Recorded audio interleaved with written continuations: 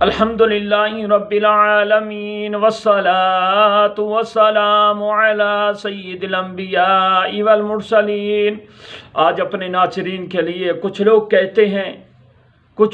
کہتے ہیں کہ پیٹ میں درد رہتا ہے، جیسے مرد ہیں، خواتین ہیں، چھوٹے بچے ہیں، اکثر پیٹ میں درد رہتا ہے۔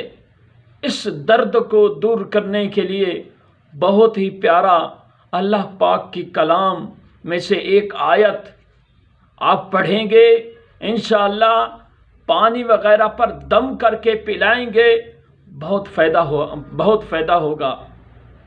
یا اس آیت کو لکھ کر پیٹ پر باندھیں گے، انشاءاللہ شفا حاصل ہوگی۔ آیت کون سی ہے؟ سنیں۔ لا فیہا غول ولا ہم عنہا ینزفون۔